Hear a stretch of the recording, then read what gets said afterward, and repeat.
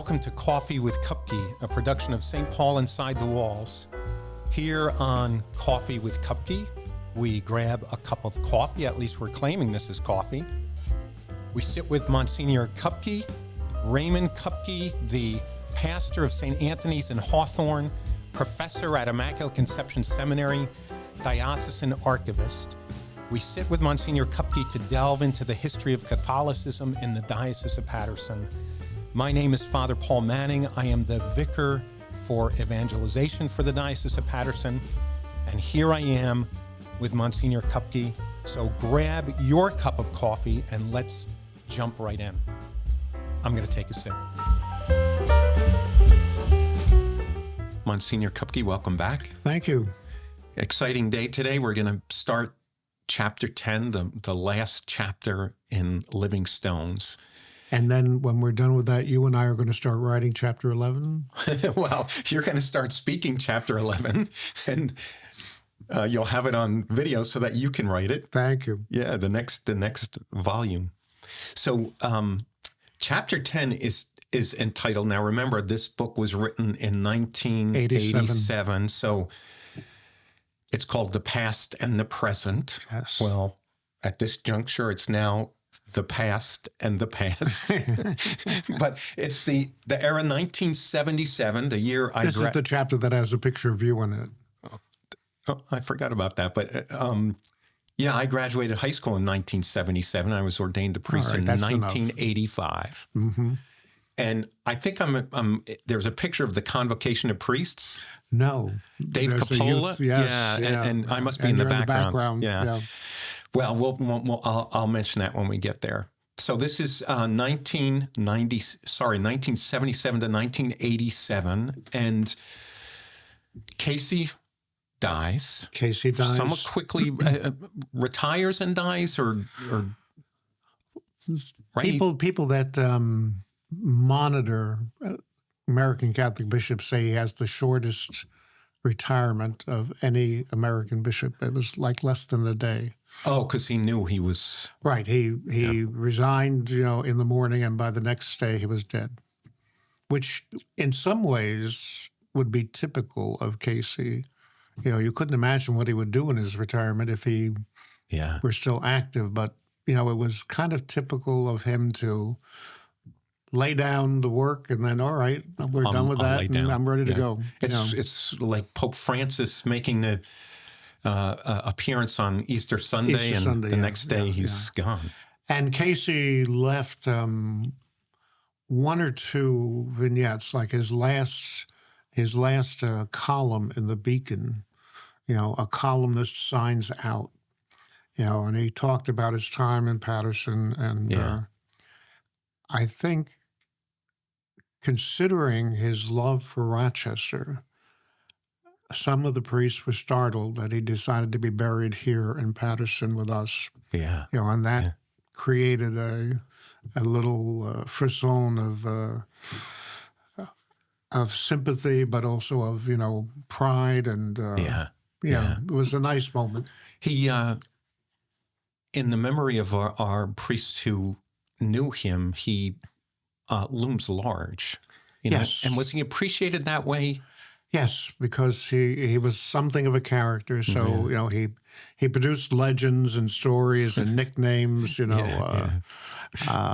everybody had a Casey story that they could tell, Did he resign at 75, or did he resign because of illness? He resigned a little bit earlier than that because he was dying of cancer. Yeah. I think the first that the diocese really realized how sick he was that he was due to be one of the 6 concelebrants in St. Peter's Square for the canonization of Elizabeth Ann Seton. Okay. Because the mother house of one of the orders is in our diocese.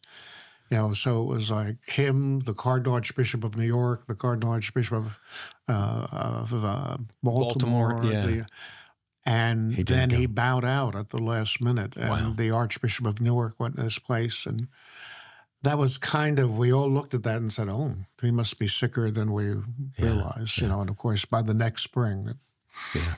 So when a see is vacant in a diocese, then correct me, but I think the College of Consultors is convened. The College of Consultors, yes. Which is priests who are advisors to the bishop. Right. And they elect an administrator. Is that correct? Unless there are other provisions from Rome, which there was nothing unusual about us at the point, they elect a diocesan administrator.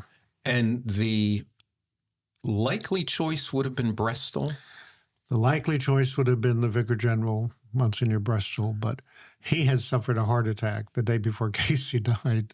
Okay, so now Brestol is out of the running. Brestol is out of the running. And so the consultors select?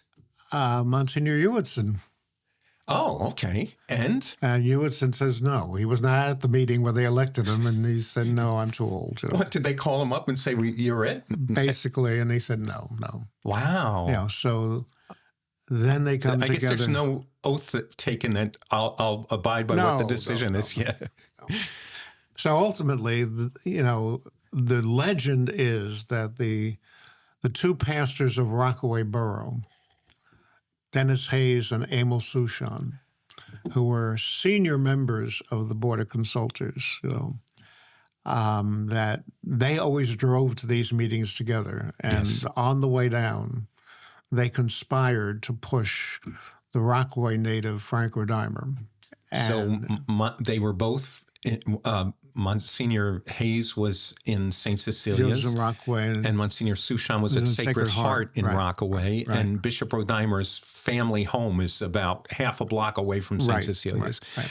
And of course, it made perfect sense. It was an obvious choice to many people, but still there's this legend that the two of them said, well, you nominate him and I'll second him. I actually think I heard this story from Monsignor Hayes himself. It could well be. Because I lived with him at St. Cecilia's in Rockaway before he went into assisted living. But the ultimate was that Rodimer gets elected. And how old was he at this point? 49, I think. So people weren't thinking that was too young? No, he had all the right qualifications. He had experience of the diocese. He had the degree in canon law. He was the chancellor of the diocese. So, it was not an unlikely selection. And so he becomes the administrator while the Holy See deliberates? Right. So he is administrator basically for 6 months. Okay. From June through December. Meanwhile, they're watching him. There was a sentiment in the diocese. I don't know where it came from or what caused it to arise, that we were due one of our own. Yeah.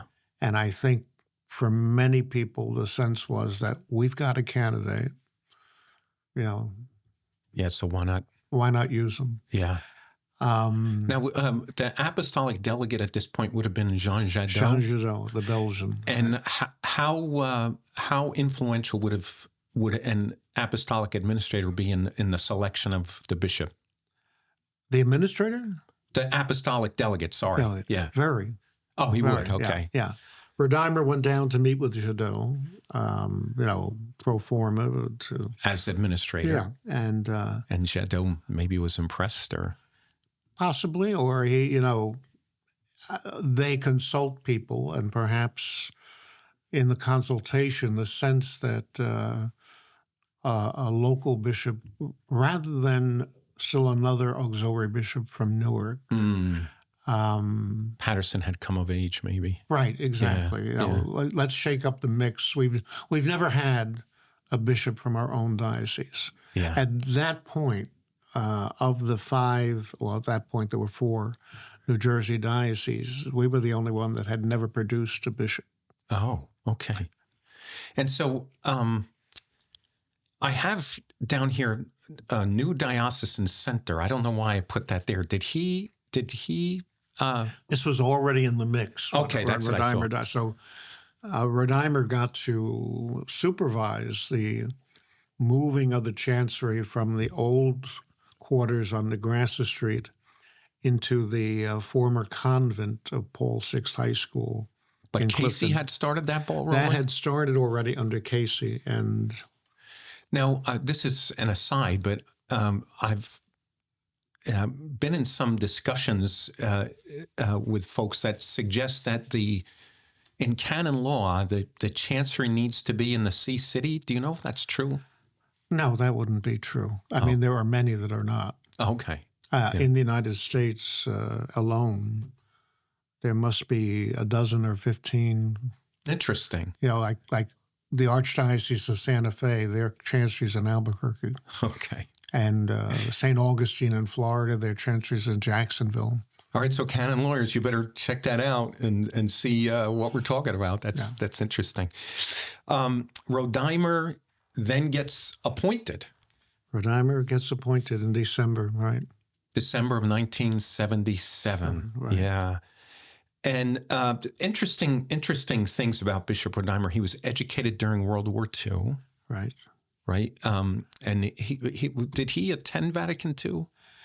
He was there as Bishop Nava's secretary. So he was present for one session of the council. We have a few photos in the archives of Nava and he together in Rome. So he was, affected by Vatican II. He saw it live at one point. Yes. And then he's ordained as a bishop. And in the photograph in Living Stones, they're famous ecclesiastics there. Cardinal Bernardine. Oh, at his Episcopal ordination. Yeah, I'm sorry. That's what I meant. Bernardine had been either a classmate or around the same time at Theological College in Washington. Okay. So he was connected to him. Jean Jadot, the apostolic delegate. All right. And then Cardinal Cook. Cardinal Cook and Cardinal Kroll. Yeah, why would they have been there? Well, Cook is a neighbor.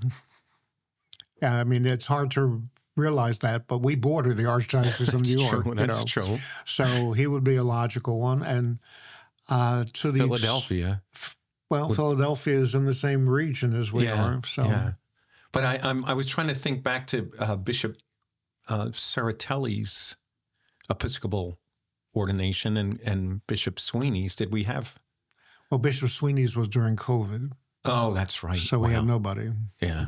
And Serratelli's installation, he was installed, right? Yeah, I don't believe we had any. Yeah. Bernardine was a co-consecrator of Rodeimer. Okay. And Bishop Rodeimer comes to the office with a JCD, a doctorate in canon law. Right. So, but also with pastoral experience. Yes, he had been administrator of Our Lady of the Lake in Sparta at one point, and then a decade as pastor of St. Paul's in Clifton. I have here that Bishop Rodeimer was close to Bishop Nava. Had a photo of him on his nightstand. And then also became a close collaborator with Casey. Yes. Yeah. I don't think he ever had the relationship with Casey that he did with Nava. With Nava, it was almost a father-son. Mm. And you could see it later on because he would quote Nava, but also implement some of Nava's ideas. But certainly he had Casey and Rodeimer had a respect for each other. Yeah. And realized they needed each other to run the diocese. There's an interesting detail. Bishop Rodeimer lived at Durham Avenue with Bishop Nava as his secretary, but when Bishop Casey became bishop, he was not interested in having a housemate, apparently. No. Did the housekeepers live in residence at that time? They left quickly, too. Basically, Bishop Casey shut down the second floor of the house. It was, literally shut it down. Slip covers over all the furniture. He did not use the second floor at all. Interesting. I kind of remember, I wonder if I would have seen that in some way, because I kind of remember slipcovers on the second floor somehow. Well, when Rodimer became bishop, he was well acquainted with that building, that house. He had lived in it. And, it was a matter of refurbishing that whole area because it hadn't been touched in 11 years. Yeah, wow. So at some point, Bishop Rodimer learns Spanish. The summer after he becomes bishop. So this would have been 78. Right. He goes for an intensive time in the Dominican Republic, I believe. Okay. And also had a sister of charity teaching him Spanish in the bishop's house, like running courses with him. Yeah, and he and Ed Hines. What prompted this? Was the Hispanic population growing by leaps and bounds then? Yeah, it was. Yeah. Today, it'd be unlikely that somebody who could not speak Spanish would even be appointed. Yeah. But back then, it was still. But one of his, you don't know if Jadot suggested this to him or said, we'll make you bishop, but you have really to do need this. To do this, yeah. Yeah, but he embraced it very quickly and became reasonably fluent in it. Yeah. Well, the Golden Jubilee. Nothing like Bishop Sweeney's ability in it. But. Yeah. He almost comes alive in a different way when he speaks Spanish. Yeah. So the Golden Jubilee of the diocese, which would have been 1987, right? Am I doing the math right? December of 87. Occurs during Bishop Rodimer's era. And he uses that moment to push the renovation of the cathedral. The cathedral at that point was practically the only church in the diocese that had not been adapted to the liturgy of Vatican II. Interesting. If you watch, if you look carefully at pictures of Rodimer's ordination as bishop, there's no altar. It's bizarre.